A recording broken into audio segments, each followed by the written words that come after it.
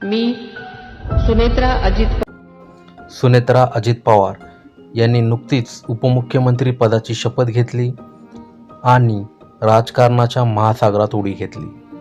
महाराष्ट्राची पहिली महिला उपमुख्यमंत्री होण्याचा हा ऐतिहासिक क्षण सर्व महाराष्ट्राने अनुभवला.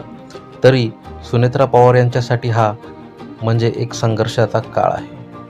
कारण आता त्यांना अजित पवार यांच्या सावलीशिवाय स्वतःचं राजकारण उभं करायचं आहे आणि हीच खरी परीक्षा आहे.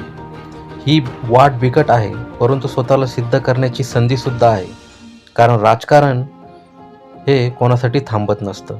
राजकारणात टिकायचं आहे तर स्वतःला सिद्धच करावं लागेल. आता सुनेत्रा पवार यांच्यासमोर आव्हानांचा डोंगर उभा आहे. ती आव्हाने कोणती ते आपण जाणून घेऊयात. सर्वप्रथम NCPच्या दोन्ही गटाचं विलिनीकरण. भावनिक न होता सुनेत्रा पवार यांनी विलिनीकरणाचा डाव उधळला, पण तो पुन्हा डोकं वर काढू शकतो. आता सुनेत्रा पवार यांनी विलिनीकरणाचा विरोध करण्याचे कारण काय हे समजावून घेऊया. कारण एकत्रीकरण झालं असतं तर याचा अर्थ स्पष्ट आहे. सुनेत्रा पवार यांच्या हातातून पक्ष गेला असता आणि अंतिम निर्णय शरद पवार यांच्याकडेच राहिले असते. म्हणजे पक्षात सुप्रियाताई सुळे यांचं पारडं जड झालं असतं आणि सुनेत्रा पवार फक्त नावापुरत्या राहिल्या असत्या. दुसरं त्यांच्यासमोर सगळ्यात मोठं आव्हान ते म्हणजे स्वतःच्याच पक्षातील असणारे ज्येष्ठ नेत्यांशी जुळून घेणं आणि त्यांच्याकडून आपली भूमिका, आपले निर्णय हे मान्य करून घेणं. तिसरं मोठं आव्हान म्हणजे नेतृत्वाचा अभाव.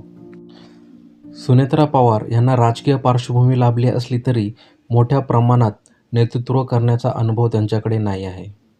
यातच रोहित पवार आणि आदित्य ठाकरे यांच्यासारखी दुसरी फळीतले नेते तयार झाले असताना त्या तुलनेत पार्थ पवार व जय पवार अजूनही राजकीयदृष्ट्या तयार झालेले नाहीत.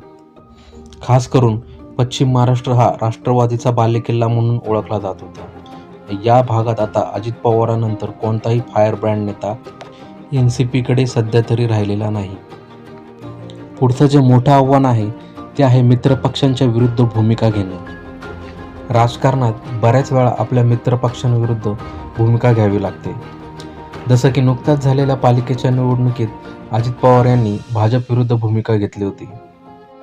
या व्यतिरिक्त गट तटाचं राजकारण, येणाऱ्या निवडणुका, प्रचारसभा, पक्षफुटीचा धोका यातून स्वतःचं नेतृत्व सिद्ध करण्यासाठी त्यांना मोठा इंद्रधनुष्य पेलावा लागणार आहे.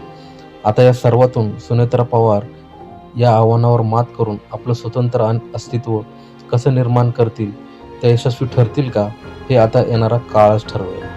तर मित्रांनो, व्हिडिओ आवडला असेल तर लाईक करा, शेअर करा, सबस्क्राईब करा. भेटूया अशाच एका नवीन व्हिडिओमध्ये. तोपर्यंत धन्यवाद.